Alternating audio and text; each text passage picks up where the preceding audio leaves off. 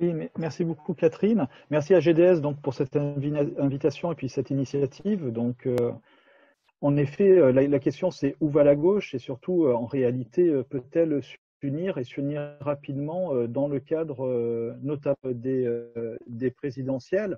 Alors, c'est vrai, pour moi, les municipales quand même ont été révélateurs d'une chose, c'est tout de même, là où la gauche a été unie, on a réussi, qui plus est, une alliance avec les écologistes.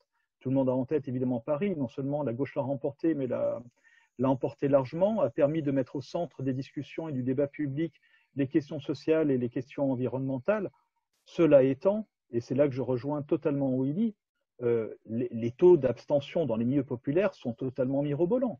C'est-à-dire qu'en réalité, notre électorat, j'allais dire l'électorat socialement de gauche, celui pour qui on fait de la politique, pour qui on lutte, d'où on est issu, cet électorat ne se déplace pas.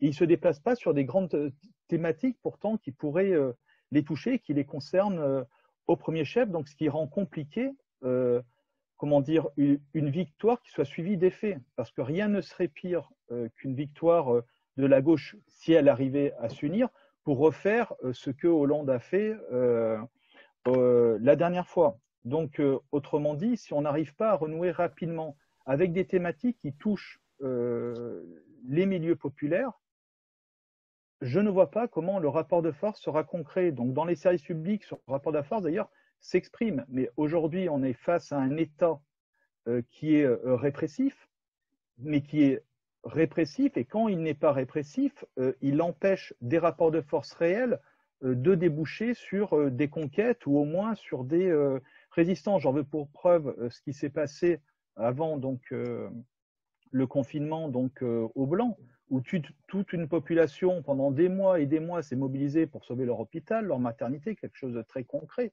Ils n'ont même pas eu un délai supplémentaire. Ils ont eu Macron qui avait débarqué, donc il y a un an de cela, pour leur dire vous êtes bien gentils, mais ce que vous voulez, c'est qu'on tue des enfants. Moi, je suis contre tuer des enfants et donc je vais fermer la maternité. Enfin, c'était d'une violence inouïe, d'une incompréhension totale. Et donc, les gens, évidemment, se retranchent chez eux en se disant bon, bah, ça ne sert plus à rien de se mobiliser, ça ne sert plus à rien de lutter. Donc, même lorsque, j'allais dire, le peuple s'immisce dans la chose publique, s'empare d'une question, il est renvoyé rapidement à ses pénates.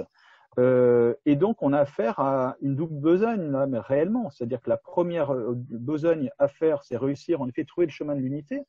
Ça, c'est une évidence et il faut le faire et c'est nécessaire. Et je sais que GDS y tient tout particulièrement. Mais il y a une autre besogne à faire et tout aussi vitale pour la gauche, c'est de renouer justement avec ces couches populaires. Alors moi, je rejoins Willy. Donc la convergence, évidemment, on travaille avec le milieu associatif, le milieu syndical et les organisations politiques. Et on voit bien l'intérêt, évidemment, de cela. Il y a des voyants au vert, je pense notamment actuellement au jour d'après, qui s'est mis en place, donc liant les milieux associatifs et le milieu syndical en lien avec les organisations politiques qui ont fait un projet d'alternative qui vaut le coup qu'on se penche dessus, qu'on l'étudie un peu et qu'on s'en inspire si on veut travailler à l'unité de la gauche.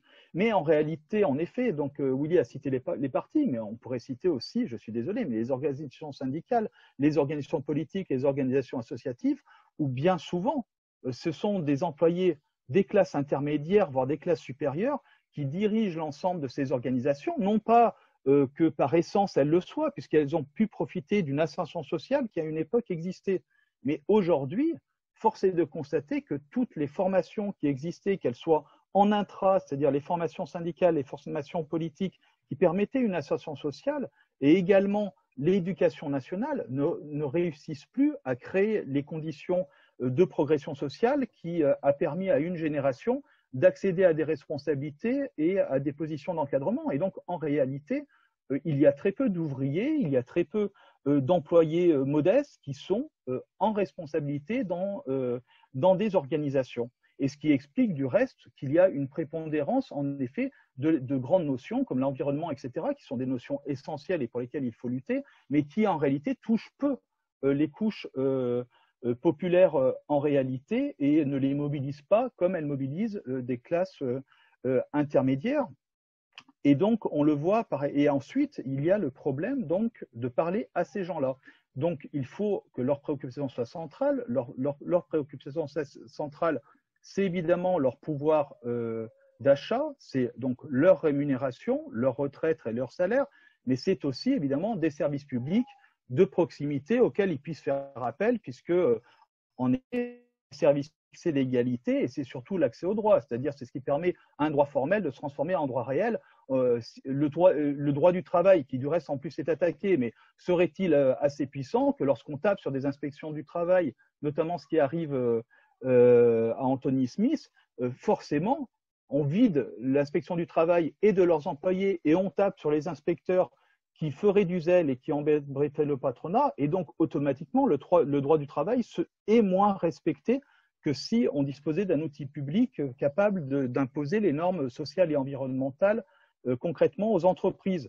Et c'est le cas évidemment dans d'autres domaines. On l'a vu dans l'éducation nationale, où des profs sont sanctionnés pour avoir manifesté leur courroux face à la réforme Blanquer. Et on le voit, et on peut également citer la Direction générale des impôts et du Trésor, des finances publiques, qui évidemment sanctionne des agents qui seraient trop zélés vis-à-vis de grandes entreprises, etc., etc. Donc on est dans une situation assez grave où d'un côté les milieux populaires se sont désolidarisés de la classe politique, on l'a vu avec les gilets jaunes du reste, et ces gens-là en réalité n'ont pas pris la possibilité de l'union de la gauche comme une alternative crédible dans laquelle ils puissent s'insérer. Donc, comment est-ce qu'on fait c'est ce que j'avais commencé à dire. Donc, je pense qu'il faut avoir… J'arrive à la conclusion. Donc, il faut réellement permettre à la gauche d'avoir comme grands axes la question sociale, la question environnementale, évidemment, que les services publics soient au cœur, parce que tout le monde a dit lors de cette crise que les services publics étaient formidables, etc., etc. Mais en réalité, cette notion et le fait de les promouvoir réellement, de penser à leur développement, à leur démocratisation, au fait que les gens puissent être acteurs de ces services publics, de ces communs, on ne l'a pas entre nous en réalité. Et dans l'ensemble des interventions, des écrits qui sont sortis post-crise, si on peut parler d'une post-crise, mais en tout cas on est quand même sorti un peu de la période dure, ça n'a pas été le cas. Et ça n'a pas été le cas syndicalement, associativement et politiquement. Et c'est assez dommageable, puisque là on tient un outil qui parle aux personnes. Et donc il faut promouvoir des outils publics, des outils communs, réfléchir à comment est-ce qu'on crée des solidarités réelles et comment est-ce qu'on s'empare, en effet, à partir de là, de l'outil d'État avec une gauche unie qui peut, en effet, accéder aux responsabilités le plus rapidement possible. Mais on ne fera pas l'impasse sur la question du lien entre le peuple et la gauche.